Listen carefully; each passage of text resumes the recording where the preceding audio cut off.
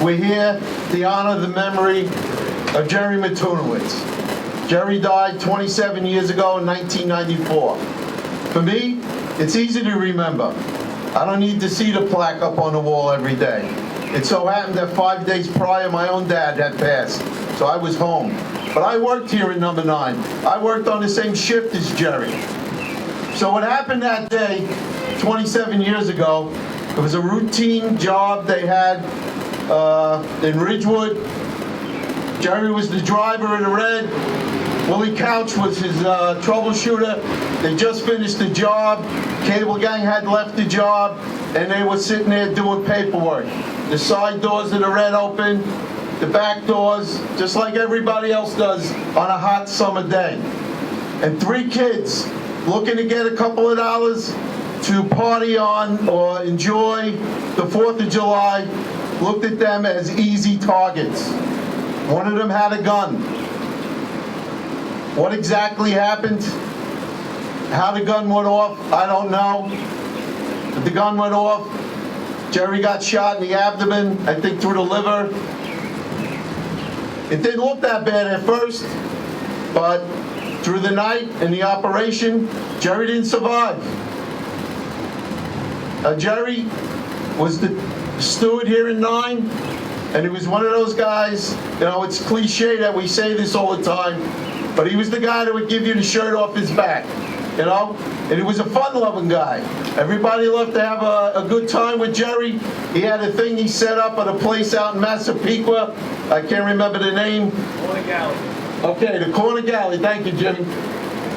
We'd finish at midnight, right? You do 7 midnights in a row, you finish up. Well, we'd have lunch at the Corner Galley every 7 midnights that we'd finish up. The whole shift would go. And Jerry's that type of guy that kept people together and enjoyed a good time, but yet he was dedicated to the job as well. So Jerry left behind a wife. But Jerry also left behind a family here in number 9. A few who are here now, Jimmy Burns, Frankie O'Donnell, that worked with him, they're here today. But the driver dies, the troubleshooter never returned to work. Willie Couch never spent another day on this property. PTSD, and that was it for him. He couldn't come back to work. It affected the whole department for a long time. So, like Charlie said, what do we take out of that here today? It could have been any one of us on any day of the year. So when we're out there today, and yeah, it's going to be hot. So you'll have the doors open, you'll have the back door open, the side door. Be aware of the surroundings, right? We all want to go home. Jerry did not get to go home that day.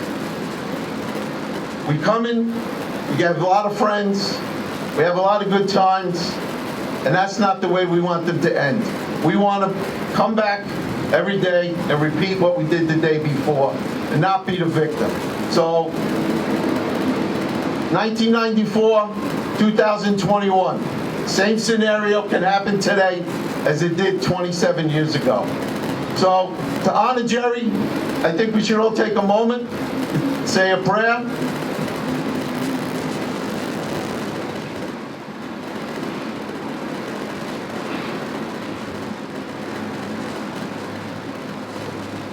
So, in closing, today we have here our former Local 1-2 president, now national president, Jim Slevin, and I'd like Jim to come up and say a few words, because he's a lot more eloquent than I am. He's got a little more experience with this.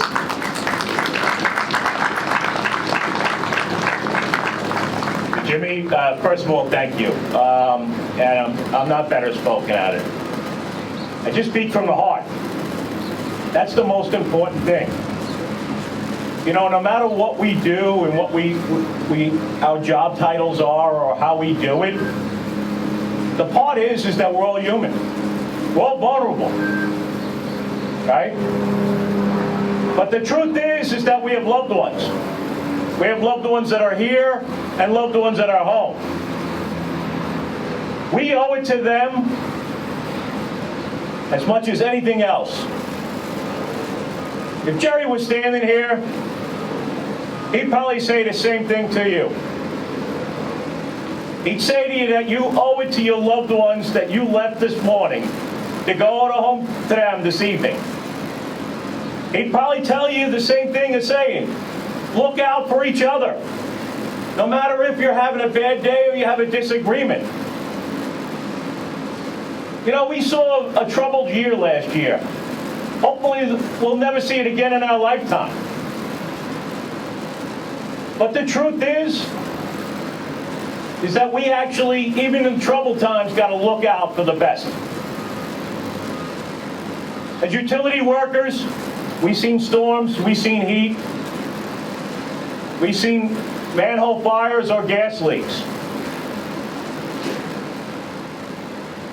Those mean nothing compared to what we see every day.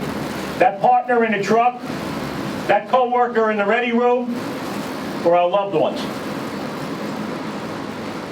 Trust me when I tell you this.